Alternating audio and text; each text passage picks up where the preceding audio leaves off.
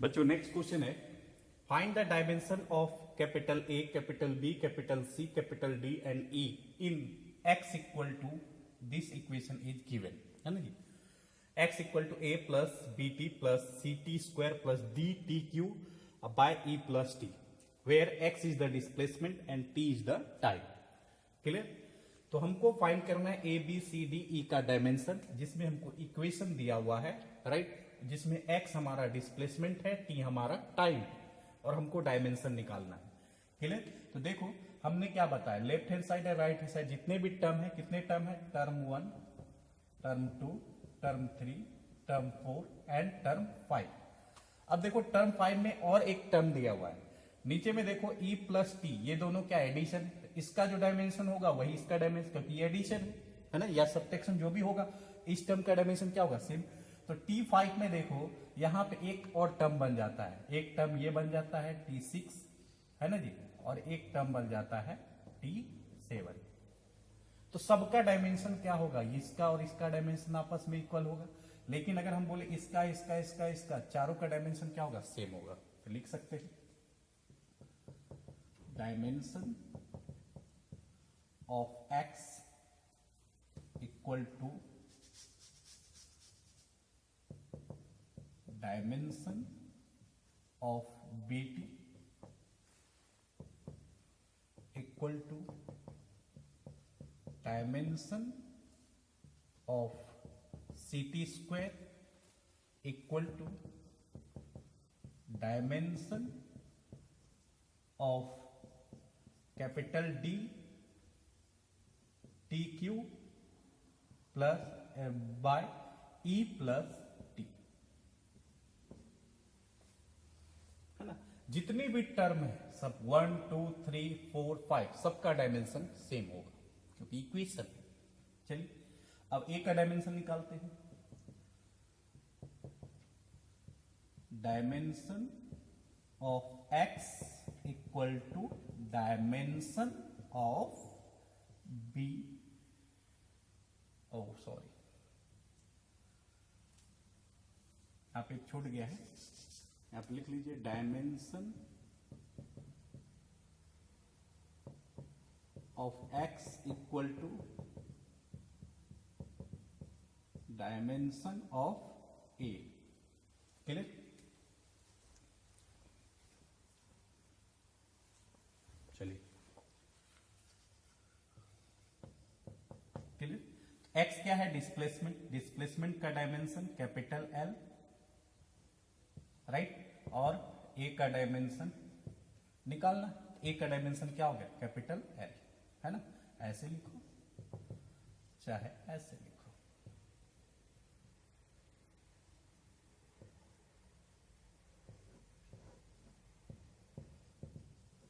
Clear. Second dimension of B निकालना है, तो एक्स और बी को इक्वल कर देते, इसका डायमेंशन सेम होगा,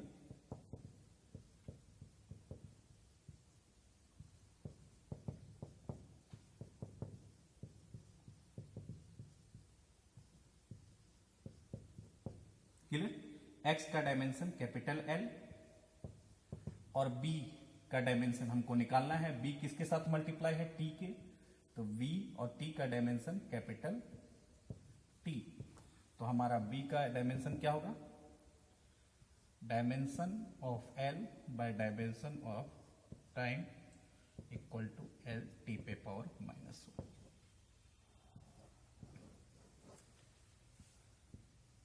the answer, dimension of C का निकालना है तो क्या होगा, इसका डायमेंशन एक्स के इक्वल कर दो,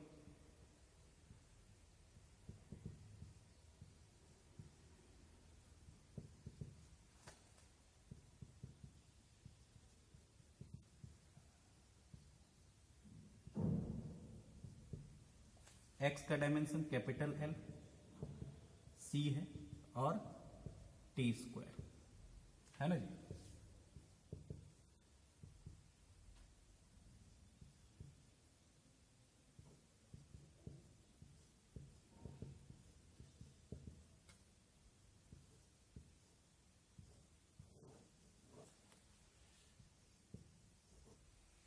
कोई दिक्कत?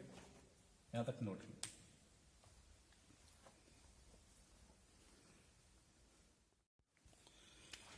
तो बच्चों हम लोग ए का डायमेंशन निकाल लिया, बी का डायमेंशन निकाल लिया, सी का डायमेंशन बचा है डी, है ना जी। तो देखो डी निकालने से पहले पहले ई का निकालना पड़ेगा। क्यों?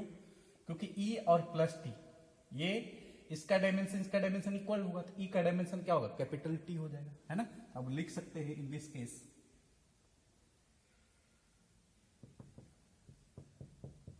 पहले हम ई का निकालते हैं, उसके बाद डी का निकालेंगे। Dimension of E equal to क्या होगा? Dimension of T. Any doubt?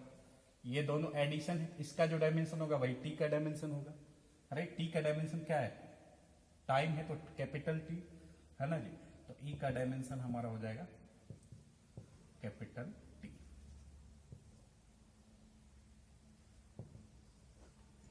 कोई दिक्कत? क्लियर? चलिए अब हमको डी का डायमेंशन निकालना है। तो हमको पता है कि डायमेंशन ऑफ ऑल पूरा जो टर्म है वो इसको किसी भी डायमेंशन के इक्वल हो, राइट। हमको एक्स का डायमेंशन मालूम है, तो हम इस पूरे टर्म को इसके डायमेंशन के इक्वल कर लेते हैं। अब पूछा जाएगा इसका और इसका डायमेंशन क्या होगा, क्योंकि ये भी टाइम है ये भी टाइम है, तो ओवरऑल क्या होगा? दोनों सेम फिजिकल क्वांटिटी है ना जी। तो सेम फिजिकल क्वांटिटी है ई प्लस टी, तो इसका ओवरऑल डायमेंशन क्या होगा? Capital T. समझ में आ रही बात?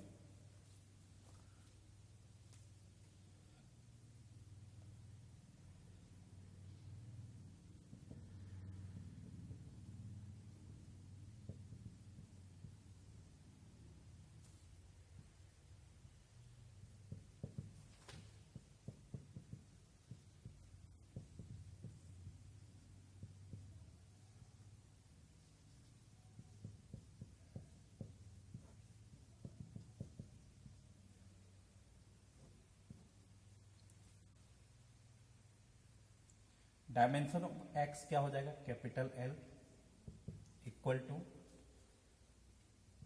डी। इसका डायमेंशन टी का क्यूब है, मतलब टाइम का क्यूब। ई क्या है? टाइम। टी क्या है? क्योंकि ई दोनों फिजिकल क्वांटिटी क्या होगा? सेम होगा। क्यों? क्योंकि ई प्लस टी है ना, एडिशन है। तो जो इसका डायमेंशन होगा वही इसका डायमेंशन होगा, तो क्या होगा? टी हो जाएगा, है ना जी। हाँ, अगर ये मल्टीप्लीकेशन में होता तब डायमेंशन टी नहीं होता। जैसे ई इंटू टी होता तो डायमेंशन कैपिटल टी नहीं होता, है ना। तब डायमेंशन क्या होता है? ये भी ई, मान लो इसका डायमेंशन टी है, तो ये टी है तो टी स्क्वायर होता है। क्लियर? समझ में आ रही बात? आया समझ? लेकिन एडिशन है या सब्ट्रैक्शन है तो इस टर्म का डायमेंशन सेम होगा, इसका भी वही होगा, इसका भी ओवरऑल क्या होगा? सेम डायमेंशन होगा। क्लियर? ऊपर ले चलेंगे इसको तो क्या हो जाएगा?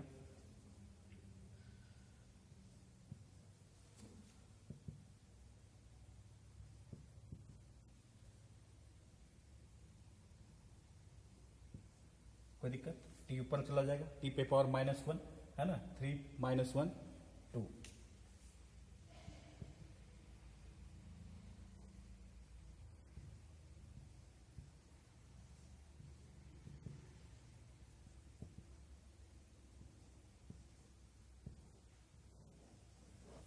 क्लियर? हम इसको और किस टर्म में लिख सकते हैं? एल टी पे पावर -2 को ऐसे लिख सकते हैं। एल टी पे पावर -2 को क्या लिख सकते हैं? एम पे पावर 0 एल टी पे पावर -2। ऐसे भी ऑप्शन दिया रहेगा आपको, राइट, कंफ्यूज करने के लिए। तो कंफ्यूज नहीं होना है, चाहे ऐसे लिखो चाहे ऐसे लिखो, बताए थे ना। चलिए इसको अगर लिखना चाहे तो कैसे लिखेंगे? एम पे पावर 0 एल पे पावर 0 टी, है ना। ऐसे लिखो चाहे ऐसे लिखो, कोई दिक्कत नहीं। क्लियर? हम बताए थे पिछले क्लास में। चलिए नोट कीजिए, फिर आगे चलते हैं।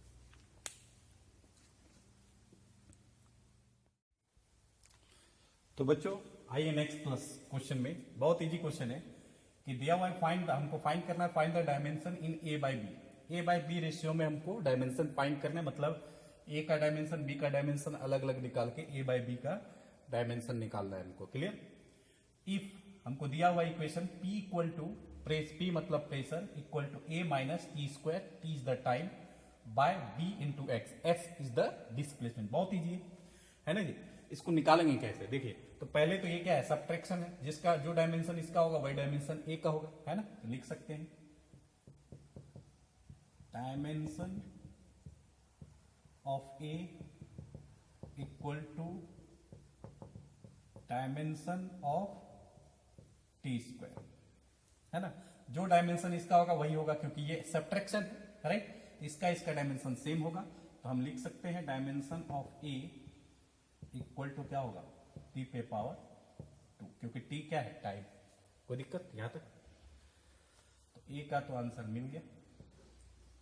अब बी निकाल देते, ए बाई बी का रेशियो निकल जाएगा डायमेंशन के फॉर्म में। चलिए बी का कैसे निकालें, तो सिंपल सा, पी क्या है, प्रेशर। पहले प्रेशर का डायमेंशन बता देते हैं आपको। प्रेशर इक्वल टू होता है फोर्स अपॉन एरिया, राइट। और फोर्स का डायमेंशन होता है M L T minus 2, right. और ए क्या है, एरिया। ए का डायमेंशन क्या होगा, यानी एरिया का डायमेंशन एल स्क्वायर। इस तरह से प्रेशर का डायमेंशन हो जाएगा एम एल पे पावर -1 टी पे पावर -2। क्लियर? तो हम क्या किए, प्रेशर का डायमेंशन निकाल लिए, है ना। फोर्स अपॉन एरिया हमको पता है, thrust upon area, force upon area. Force का डायमेंशन एम एल टी पे पावर -2। ए क्या है, एरिया। एरिया का डायमेंशन एल स्क्वायर, राइट। तो इस तरह से एल स्क्वायर ऊपर चला जाएगा, तो एल पे पावर -1 हो जाएगा, एम एल पे पावर -1 टी पे पावर -2। क्लियर? तो यहां पे लिखो putting the value, getting the answer. चलिए आइए, तो प्रेशर का डायमेंशन लिख लो, M L T minus M L पे पावर -1 और टी पे power -2। Clear? A minus T square, दोनों क्या सब्ट्रैक्शन है, एडिशन है, डायमेंशन क्या होगा, सेम ही होगा। तो कितना होगा, टी स्क्वायर। ए माइनस टी स्क्वायर का डायमेंशन टी स्क्वायर होगा, क्योंकि दोनों सेम फिजिकल क्वांटिटी और सब्ट्रैक्शन में है या एडिशन में हो तो डायमेंशन सेम होगा। क्लियर?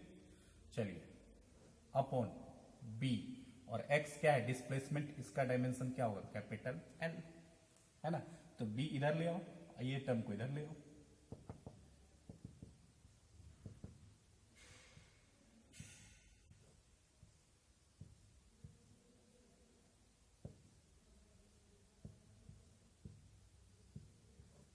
ये पूरा टर्म इधर ले आएंगे, इसको इधर ले आएंगे।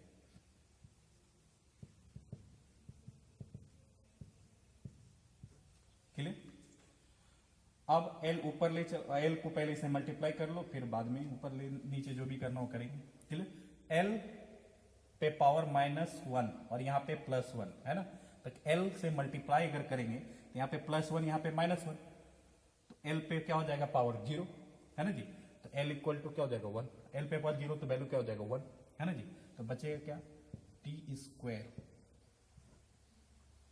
और क्या बचेगा, L कैंसिल हो जाएगा, L पे पावर -1, यहाँ पे 1 है, तो L क्या हो जाएगा, कैंसिल हो जाएगा, यानी L पे पावर 0 T पे पावर -2। क्लियर? M को ऊपर ले चलो, M पे पावर -1, L तो 0, इसको कैंसिल कर दो, इसके L पे पावर 0 तो 1 हो जाएगा, है ना। केवल T बचेगा, T पे पावर -2 को ऊपर ले चलो, दैट द आंसर, है ना जी। तो B का हमारा वैल्यू कितना आया, M पे पावर -1 T पे पावर 4। क्लियर? और हमको निकालना है क्या, A बाय B का रेशियो। क्लियर? तो हमको निकालना है क्या, A बाय B का रेशियो।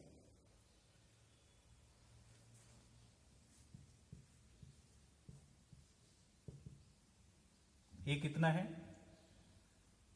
A हमारा है टी स्क्वायर, B हमारा है M पे पावर -1 T पे पावर 4, ऊपर ले चलेंगे, M पे पावर हो जाएगा 1, T पे पावर हो जाएगा -2। That the answer.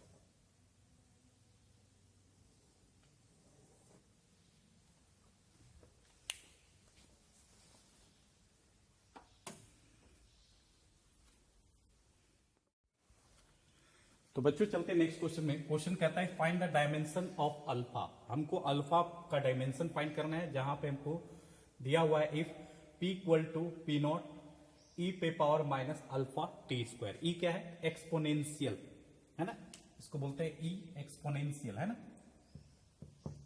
एक्सपोनेंशियल बोलते हैं इसको है ना। इस पे जो पावर है यानी इस पूरे फंक्शन को हम एक्सपोनेंशियल फंक्शन बोलते हैं, राइट। इस पे जो भी टर्म होगा, टाइम वेलोसिटी जो भी होगा है ना, जो भी इस पे पावर होगा, ये पूरा टर्म हमारा क्या कहलाएगा? Exponential function. क्या कहलाएगा? Exponential function. क्लियर? ये पूरा टर्म एक्सपोनेंशियल फंक्शन कहलाएगा। क्लियर? एक चीज ध्यान दीजिएगा कि ये जो एक्सपोनेंशियल टर्म जो है ना जी, माइनस अल्फा टी स्क्वायर है ना, तो एक्सपोनेंशियल का जो टर्म है, जो उसका फंक्शन है, फंक्शन क्या है? अल्फा टी स्क्वायर है ना। टी चेंज करेगा तभी ई का वैल्यू चेंज करेगा। तो ई किस पे डिपेंड कर रहा है? टी पे है ना, अल्फा पे। ये दो पे डिपेंड कर रहा है, यानी ये दोनों का वैल्यू जितना चेंज होगा ई का वैल्यू चेंज होगा, राइट। तो इस एक्सपोनेंशियल फंक्शन जिस पे डिपेंड कर रहा है उसका जो डायमेंशन होगा है ना, तो एक्सपोनेंशियल फंक्शन हो चाहे लॉगरिथमिक फंक्शन हो चाहे ट्रिग्नोमेट्रिक फंक्शन हो है ना, एक्सपोनेंशियल लॉगरिथमिक है ना या फिर ट्रिग्नोमेट्रिक फंक्शन हो, वो क्या होता है? डायमेंशन लेस होता है। क्लियर? तो जो भी एक्सपोनेंशियल फंक्शन हो, जो भी लॉगरिथमिक फंक्शन हो या फिर जो भी ट्रिग्नोमेट्रिक फंक्शन हो है ना, वो हमेशा डायमेंशन लेस होता है। इस नोट पॉइंट में लिख लीजिए है ना। तो यहां पे हमारा जो टर्म आया है किसका फंक्शन है? तो एक्सपोनेंशियल फंक्शन है। क्लियर? समझ में आ रही बात? तो किसी भी एक्सपोनेंशियल फंक्शन का जो डायमेंशन होता है वो क्या होता है? लेस होता है, उसको डायमेंशन लेस होता है। तो ई पे पावर किसका फंक्शन है? Alpha T square. तो अल्फा टी स्क्वायर क्या है? फंक्शन ऑफ किसका फंक्शन है? एक्सपोनेंशियल फंक्शन है ना। तो alpha T square exponential function है, तो हम बोलेंगे अल्फा टी स्क्वायर का जो डायमेंशन होगा वो 1 होगा, क्योंकि ये डायमेंशन लेस होता है। क्लियर? तो वी नो दैट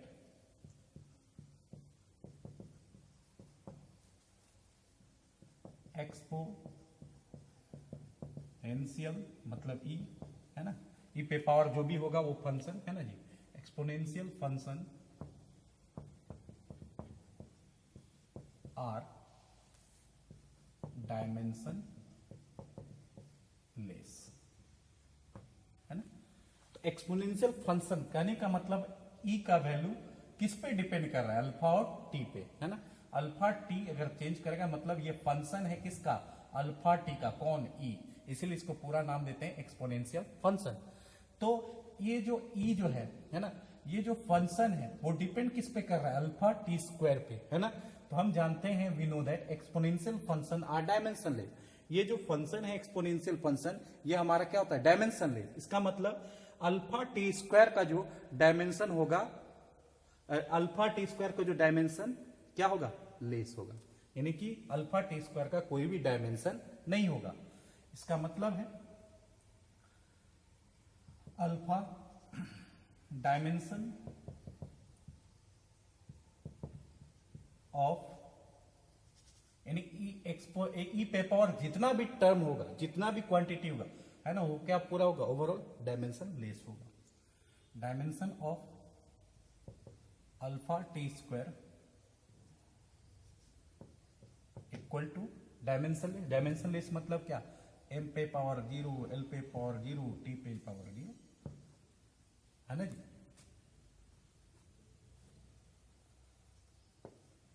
क्लियर? ये हमारा डायमेंशन लेस हो गया है ना। तो बताओ अल्फा का डायमेंशन क्या होगा? टी स्क्वायर है, टी इज द टाइम, यहां पे टी क्या है? टाइम है। तो बताओ टी इसको हम टी स्क्वायर लिख सकते हैं इक्वल टू एम पे पावर 0, एल पे पावर 0, टी पे पावर 0। तो अल्फा का डायमेंशन क्या हो जाएगा? देखो तो ये पूरा वैल्यू क्या हो जाएगा? 1 हो जाएगा है ना जी। यहाँ पे लिख सकते हैं एम पे पावर 0, एल पे पावर 0, टी पे power 0 by L square, M पे पावर 0, एल पे पावर 0, टी पे पावर -2, या फिर केवल -2 लिख सकते हैं, कोई दिक्कत है ना। ये टोटल अगर बोले तो द डायमेंशनलेस क्वांटिटी का टोटल वैल्यू कितना होता है? 1, याद रखिएगा। क्लियर? चलिए नोट कीजिए, आगे चलते फिर।